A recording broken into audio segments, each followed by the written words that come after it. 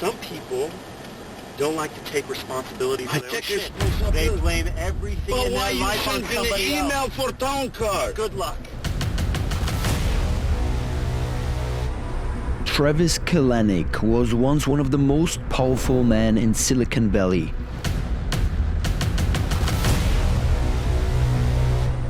Until he was exiled from the very empire he helped create.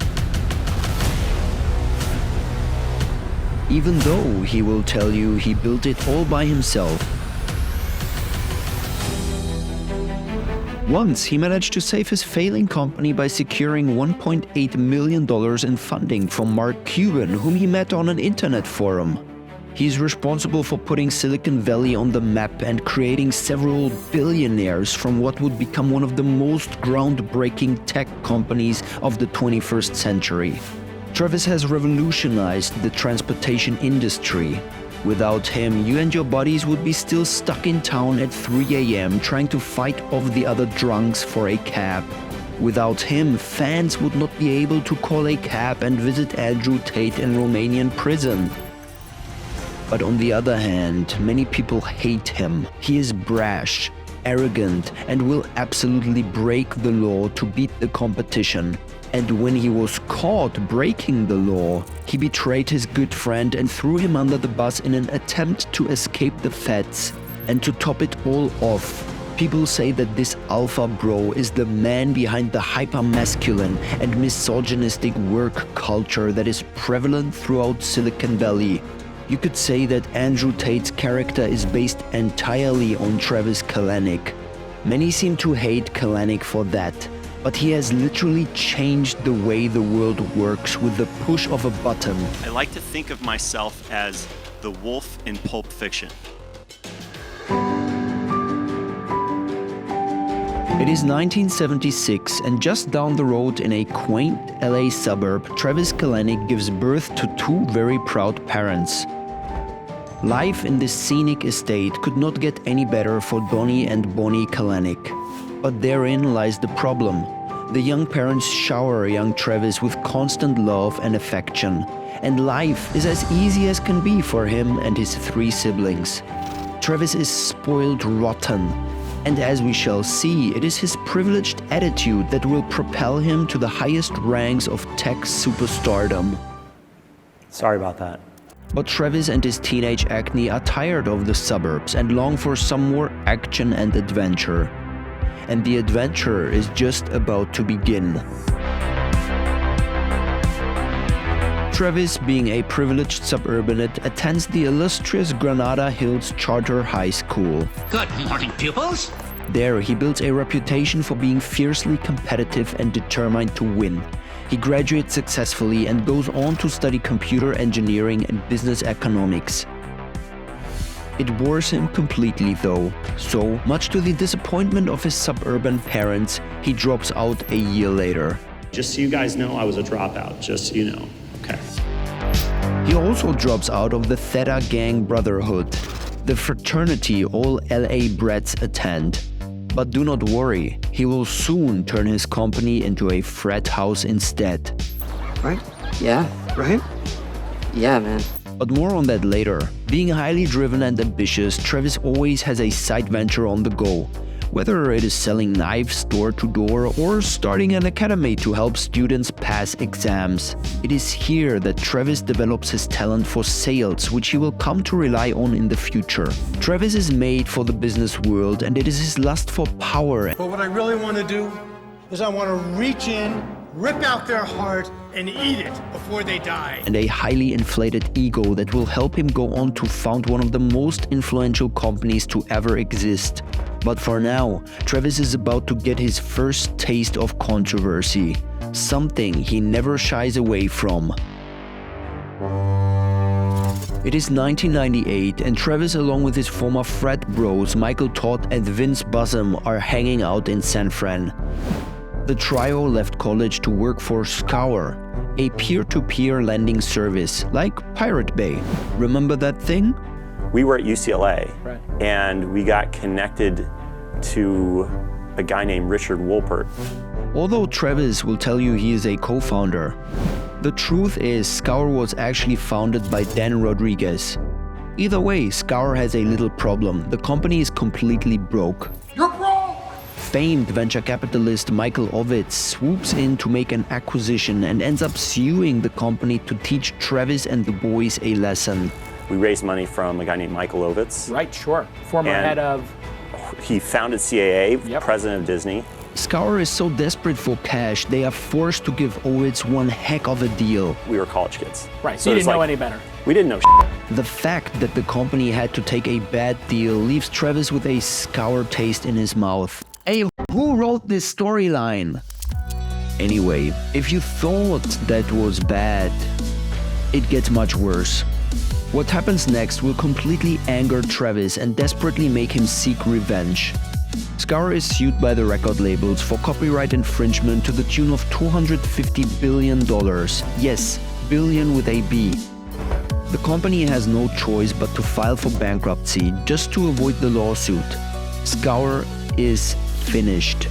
Travis' giant's ego has been beaten and bruised, and he vows to take his revenge out on the labels.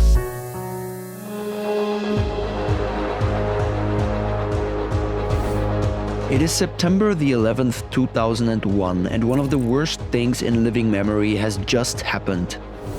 The dot-com bubble has just burst. Out of spite for the record labels, Travis and former Scour colleague Michael Todd formed the company Red Swoosh, another peer-to-peer lending service. Just like, yep, you guessed it, the Pirate Bay. The idea was the same peer-to-peer technology, but I take those 33 litigants that sued me and turn them into customers. So now those dudes who sued me are now paying me. Sounded good. Due to the chaos happening on Wall Street, companies are fighting for survival, and the boys' new startup is no different. Funding is proving very difficult to secure. To solve this problem, Travis and the rest of upper management decide to use $110,000 of the company's tax withholdings to keep the business alive. This quick thinking works. There's just one slight issue. Tax fraud is frowned upon in most cultures. Also, it is totally illegal, and the IRS is knocking at the front door.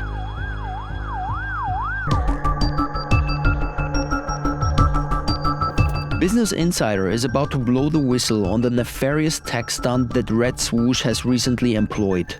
And a massive fallout is about to ensue.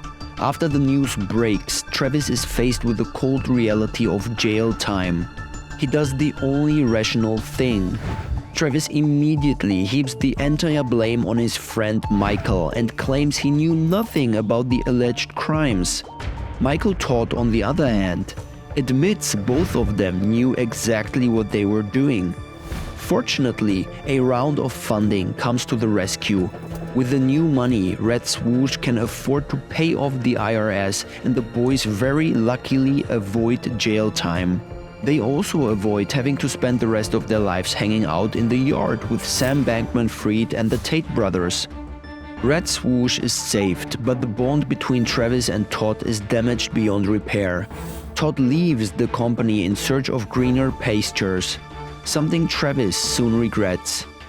And indeed, many young ambitious people have this thought from time to time. I too sometimes think, how would my career have turned out if I had taken other decisions at certain points in my life? For example, I was always very focused on a career in finance, but recently tech careers have been looking more and more attractive. That's why I was so happy to come across Course Careers and give you guys a little freebie. If you want to start a high-paying career in the technology industry but don't have previous experience or a degree, then Course Career is here to help. They are replacing college as the modern way people are starting careers, and it's so simple. All you do is go through an affordable online course where you learn everything required to actually do the job. Then they help you land a position by partnering with a wide range of tech companies who are hiring from them. Check out some of their stories of people like Kyle, who went from being a 37-year-old assembly line worker pressing buttons consultants with no degree to making over $150K in a medical technology sales career, or Dila, who served duty in the military and didn't know what to do afterwards, to making over $100K as a cybersecurity tech sales rep,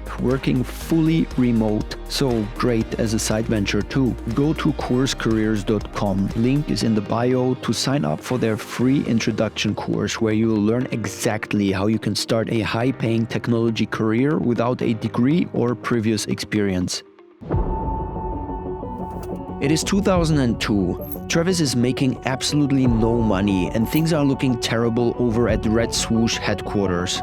Due to a lack of income, Travis is back living with his parents. I was without pay. I was done. I was living at mom and dad's. I was not getting ladies.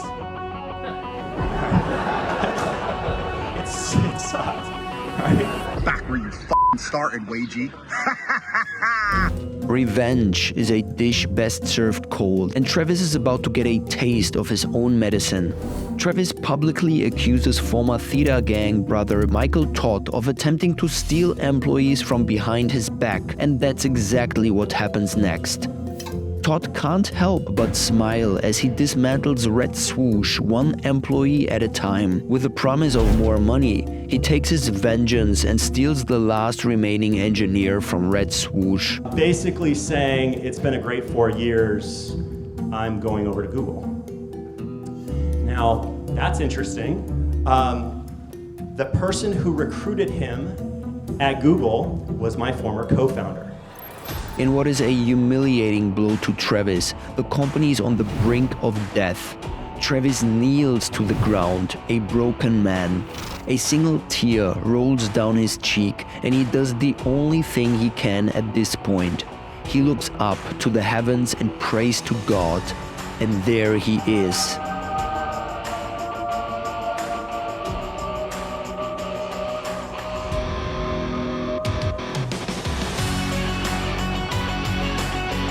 Mark Cuban descends from the heavens and offers Travis $1.8 million in funding after the pair meet for the first time on an internet forum. Travis, the guy who started Uber. Travis Kalanick? Kalanick, yeah. So he had a company, Red Swoosh, that I invested in. Just like our Discord channel, where you too can meet with potential angel investors.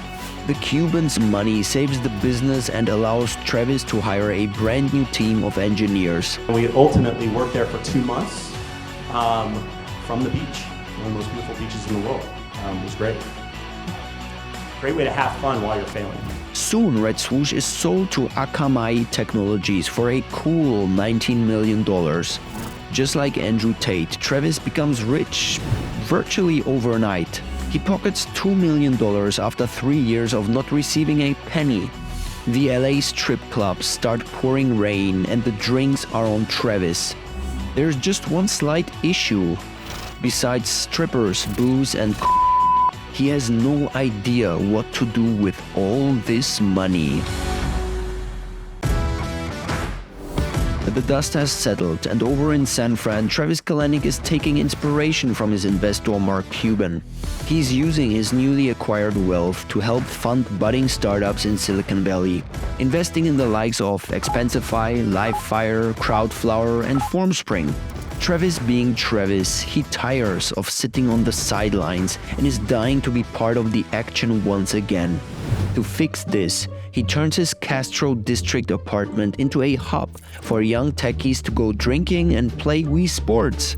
Fan favorite Gary Vee is one of many energetic entrepreneurs to frequent the place. But do I have the f***ing obnoxious audacity? Travis calls it the Jam Pad, and it even has its own Twitter account that you can follow. Just like you can follow Kevin John on Twitter at Kevin John. Soon Travis grows bored of the parties and listening to Gary Vee talk all the time. So he plans a move that will change the course of his and all of our lives forever. It's another night out drinking with the boys in 2009. Travis and fellow entrepreneur Garrett Camp struggle to find a ride back to the Jam Pad. I wanted to push a button and get a ride.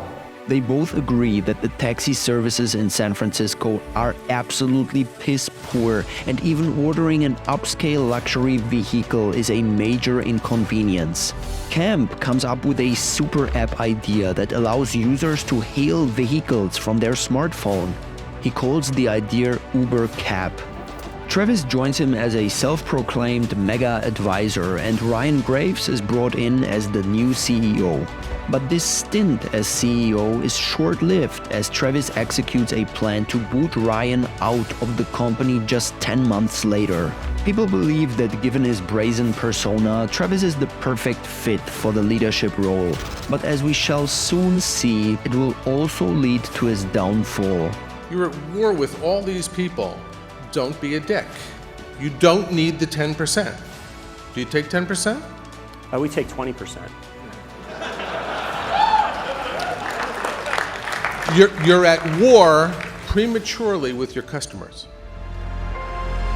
Sorry about that. It is 2013, and Kalanick's unrelenting focus on rapid expansion at Uber is paying off, and the company is now valued at a monstrous $3.7 billion. Kalanick's aggression can be given the credit for his massive growth, as other CEOs would not be reckless enough to openly break the law to fuel Uber's notoriety. San Francisco lawmakers warned the company that if they continued doing business without a license, they would be penalized. Travis decides these laws are stupid and continues to do business anyway. Uber's marketing ploy is also savvy, as it promises easy money and flexible work hours to the drivers, although many believe this is total BS. Behind Kalanick and his team was a pile of money investors like Jeffrey Bezos, David Sachs, and Lady Gaga's manager. Another early investor, Jason Calacanis, whom we have also portrayed on the channel by the way, also made an absolute fortune. As the success of Uber grows, so does Kalanick's arrogance, and it is starting to rub people up the wrong way, investors and employees alike. I think the meeting lasted like 10 minutes, and the first minute was them telling me that, the other 9 minutes was me yelling at them. And it hurt. His reputation takes a minor hit when he begins an email address to employees with the line, "You better read this or I'll kick your ass." Even more damage is done when a distasteful joke appears in a GQ article. Travis states Uber should instead be called Uber due to the amount of attention he now receives from the ladies. Not to mention that nights out at the strip club are regularly expensed on the corporate accounts as tits on Travis. This is not a joke. Travis gets away with it for now, as many still admire his unrivaled drive and determination. But the mask is starting to slip, and soon it will lead to one of the greatest downfalls Silicon Valley has ever seen.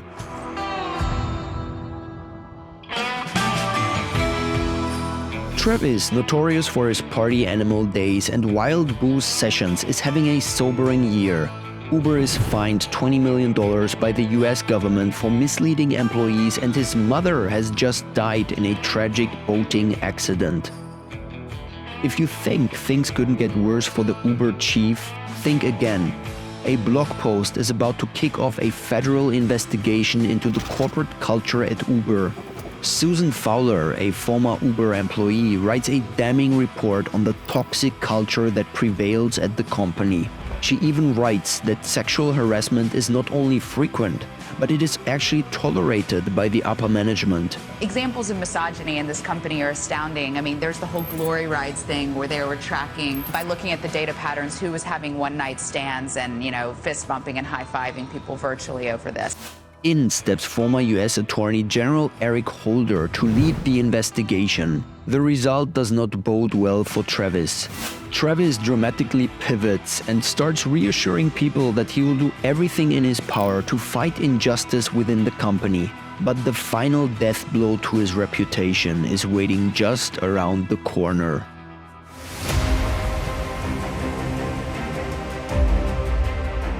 In the backseat of an Uber, Travis is pissed drunk and on his way back to the jam pad with two lovely ladies.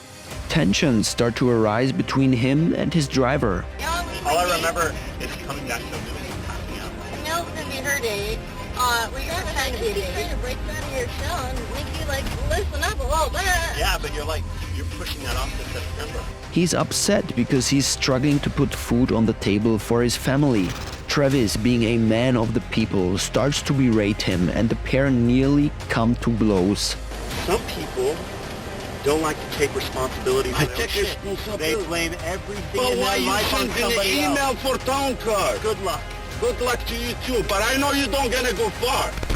The driver records everything. I lost $97,000 because of you. I bankrupt because of you. Yes.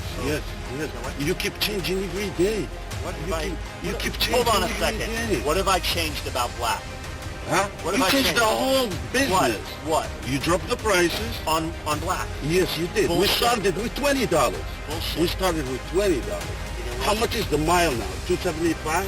To the delight of the press, the video is released and all hell breaks loose. Travis tries to apologize but ends up arguing with the driver once more. Sorry about that.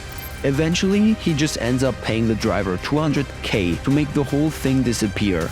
But it is too little, too late. It's all over. Travis' reputation is a sinking ship and he's dragging Uber down with him. Investors demand Kalanick's resignation and eventually he caves, stepping down from his position as CEO after 7 years. Travis tries to place his own people on the board of directors, including pushing Dara Khosrowshahi to replace him as a chief. And so I told him very early on, Travis, to some extent I'm actually going to be pushing you away early on. Of course, it would not be an epic Silicon Valley story without a cameo appearance from the legend that is Masayoshi's son, who, as per usual, throws money around and places 6 of his own members on the board. Kalanick's last-ditch efforts to seize control of the board are quashed. Disrespected and dethroned, Kalanick drops to his knees once more. On the night before Christmas 2019, Travis Kalanick sells all of his Uber stock and walks away $2.5 billion richer, using the crisp dollar bills to wipe away the bitter tears, closing this chapter with Uber forever. But it won't take long for Travis to get his hands dirty once again. Back at the jam pad, Travis is sitting on a ton of money, and just like in the past, he needs somewhere to put it. So he launches the 10100 hedge fund. Congratulations, Mr. Krabs. Hello, I like money. Noticing the number of derelict buildings scattered around town, he invests heavily into cloud city storage systems in an effort to revamp the lost properties. Travis appoints himself as the new CEO of their Ghost Kitchen subsidy, Cloud Kitchens. A ghost kitchen is a company that rents out kitchen units to restaurants and delivery services, just in case any of you are scared. The big boys from the Saudi Arabia sovereign wealth show up and chip in a cool $400 million. In a turn of events fitting for this Uber boss, Travis now sits on the advisory board of what is likely the most controversial building project ever: Saudi Arabia's futuristic megacity, Neom. While Travis Kalanick retires to the jam pad every night to watch Batman's best friend Joseph Gordon-Levitt play him in the hit TV show Super Pumped. You should use your full name. I like that name. Robin. Thanks. You must be wondering what it is like to achieve this level of power and influence. Do I need to become a misogynist that turns a blind eye to sexual assault in the workplace? Probably not.